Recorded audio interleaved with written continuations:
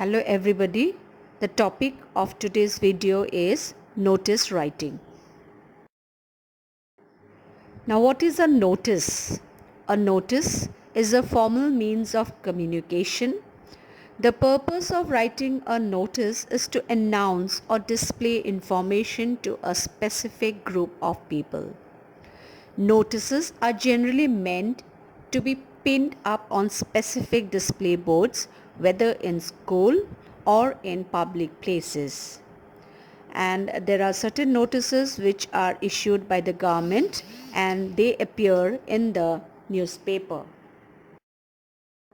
Now let me discuss the format of a notice. Always remember that a notice must be put inside the box, and you cannot break the box format and carry forward to the next page. Whenever you write anything inside the box, it has to be completed in the same page. Now these are the certain things you have to keep in mind regarding the format. In the center of the box, you have to write the name of the organization or the institution who will be issuing the notice. Then below that, again in the center, you will write the word noticed. And on the left hand side, you have to write the date when you are writing the notice. Then in the center of the box, you have to write the heading. That means telling the people what the notice is about. And then you begin the notice, put all the necessary details. After that, once you are done with the notice, you have completed the notice, you will write the name of the person who has issued the notice with the signature, which is very, very important, and also the designation of the person who has issued the notice. Now, while you write a notice, there are certain points to remember. A well-written notice must inform the readers about the 5 W's, that is, what is going to happen. That means you have to write the event, where it will take place, when it will take place, that is the date and time, and also the venue, who can apply or is eligible for it, whom to contact or apply to, that is the issuing authority. So these these details must be there when you prepare a notice. Also remember, only the most important points should be written in a notice. Avoid all the unnecessary details.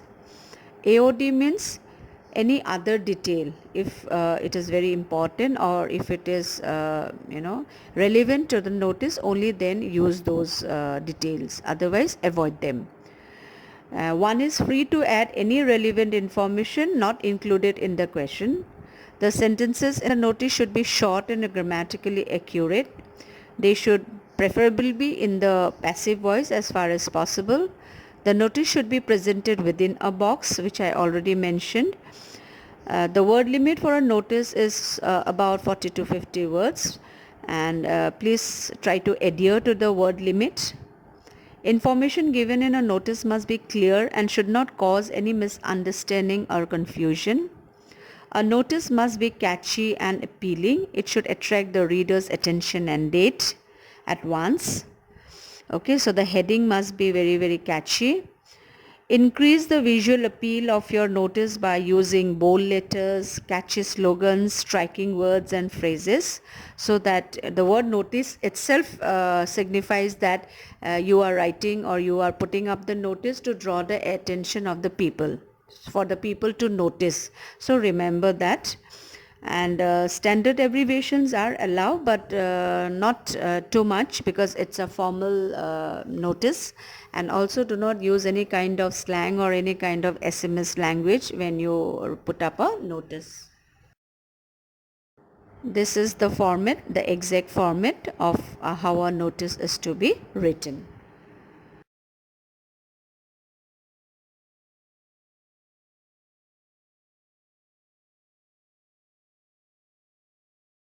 Suppose you have to draft a notice about a meeting which will be conducted.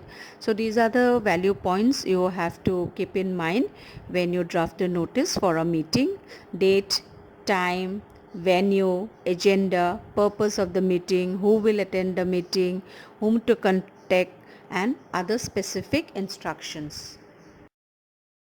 Now, when you need to draft a notice for a lost and found thing, these are the value points which must be there in the notice. Article lost or whatever article you have found, date, time, place where you lost it or place where you found it. Identification marks means the specification of the thing lost or the thing found.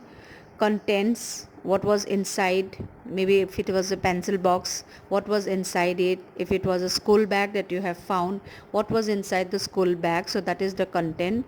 Whom to contact, to return the lost thing, or if you have found something, from whom it should be collected, when and where you lost it, or when and where from you have to collect the thing that you have found. So these specifications must be there in the notice of a lost and found.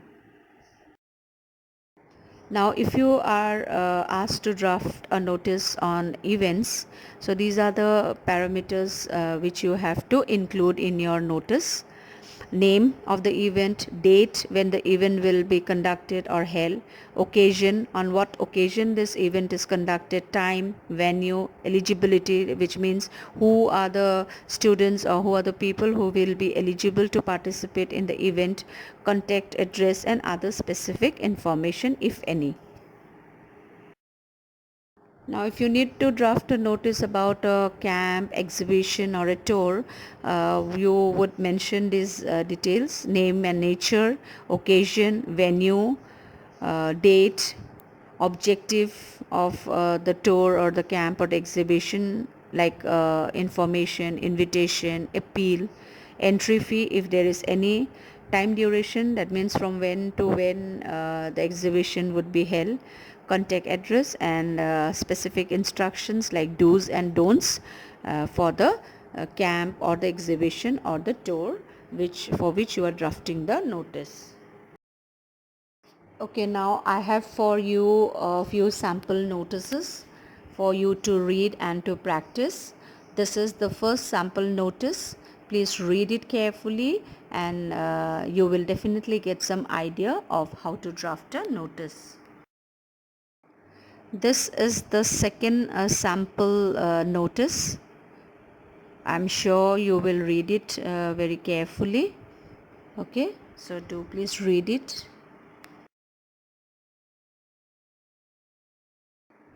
This is the third sample notice.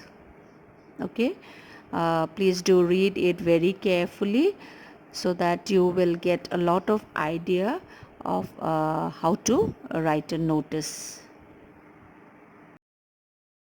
Now presenting before you here is the fourth sample notice about a notice of lost and found.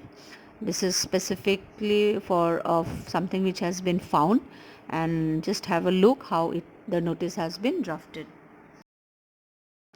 This is the last sample notice for you all to read. By now I think you must have gotten idea how to draft a notice, because I have presented before you about 5 sample notices, and I'm sure it will definitely help you while you draft the notice yourself. Now definitely it's time for practice. Okay, so in this page you will find there are 5 questions. Read carefully and try to attempt and try to draft the notices. Yeah, there are now 1, 2, 3, 4 more questions for practice.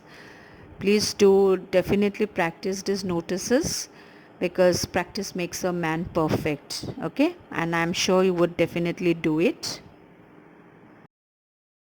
That's all for today in this video. I'm sure it will definitely help you, and you will be now a confident, very confident in drafting a notice without any flaws and without any error. Thank you once again, and see you again very soon.